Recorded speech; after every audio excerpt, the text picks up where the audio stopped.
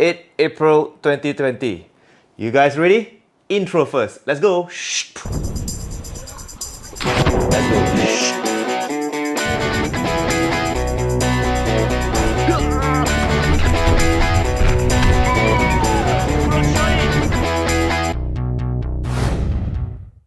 Welcome back to this channel, and thank you so much for viewing my part 1 of the DELL U2720Q monitor.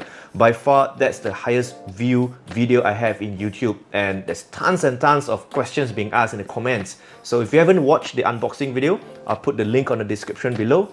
But today's video is all about answering the questions from the comments. So if you guys are ready, I'm going to do this very quick, one by one. If you want to skip the video, these are the timings here. I'm going to put it here. Alright, these are the timings, so you can click on the timings to go for the information that you really want. But if you want to know the overall, let's continue this together. Let's go. First, we're going to talk about the size itself. So I'm going to give you two kinds of measurement. The first one will be the stand, and then later on we go with the monitor. Alright, so now let's take a look at the base plate. Some of you asked me about the base plate, so hopefully this will be a good information for you. So for the downside over here, it's 24.5 cm. And over here, this side will be 18.5 cm. So this will be the base plate. How about the height? Now the height, I measured about 3 types of measurement. Let's take a look at the first one. The first one will be from the bottom here, the plate, until the end of this Versa mount. It's about 42.5 cm. 42.5 cm, and if you measure from the bottom of the plate until the end over here, the stand, over here, this one, it's about 37 cm. And of course, the width is 8 cm, and the mount itself is 12.1 cm square. That means it's both the same size. Okay, monitor is up. Let's do the measurement. Now this is at the lowest and on the landscape mode. So from the table up until the edge over here, it's 4 cm. From here to here, it's 39.5 cm.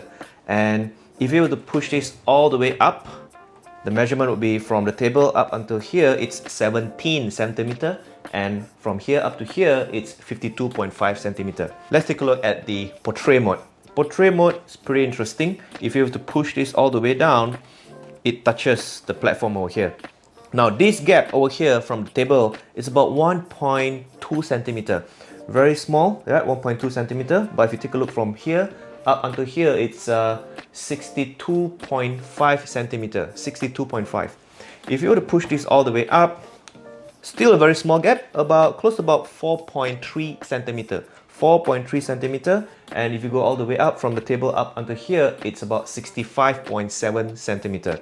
Just give or take 1 or 2 mm, yeah, in between. Okay, if you were to push this all the way up like that, if you were to tilt it all the way up, from the plate over here until the edge of the screen is about 20 cm. If you were to go up all the way and put it on portrait mode, so from this edge up until this edge, it's 23 cm.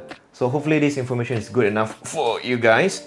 And of course, the measurement of the monitor itself, let's have a look. The measurement of the monitor itself is 61.3 and 31.3 centimeter. So guys, hopefully this information is good enough for you guys to decide whether to buy this for your current table or not. Okay, so next, let's talk about weight. So for the weight itself, or the stand only, it's about 1.75 kilograms, and of course, if you mount the monitor together, in total, it's about 6.3 kilograms.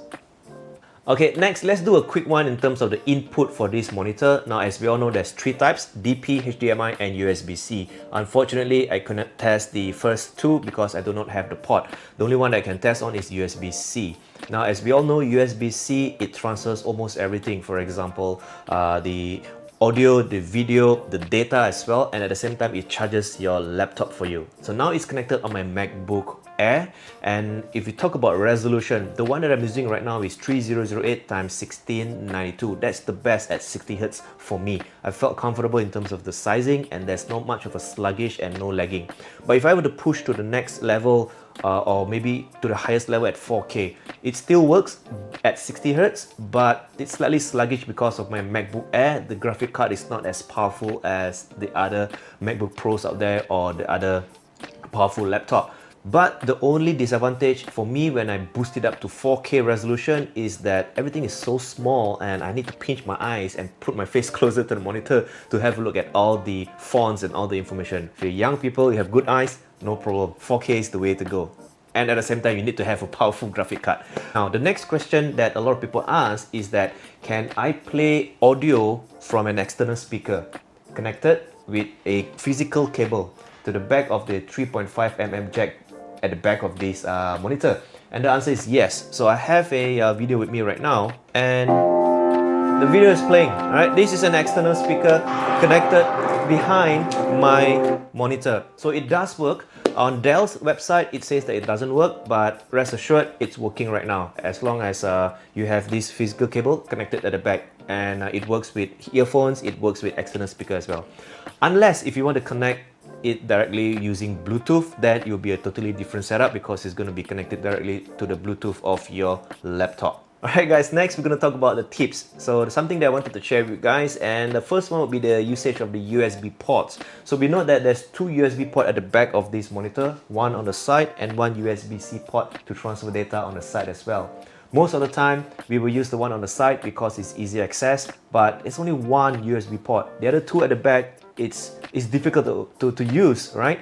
So the tip number one would be, by using your mobile phone, turn on the front-facing camera and then you put it on the bottom of your monitor on the table, and then you can actually see the port through the front-facing camera. So therefore, it's easier for you to plug in or remove the cable anytime that you want. So that's number one, the easy access.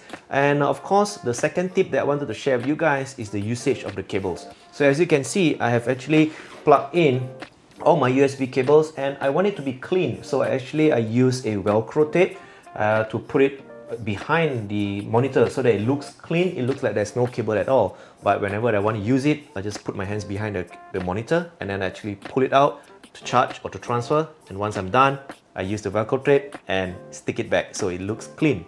Now the last tip would be this, the SD card reader. So same thing, I have this cable connected at the back of this USB port.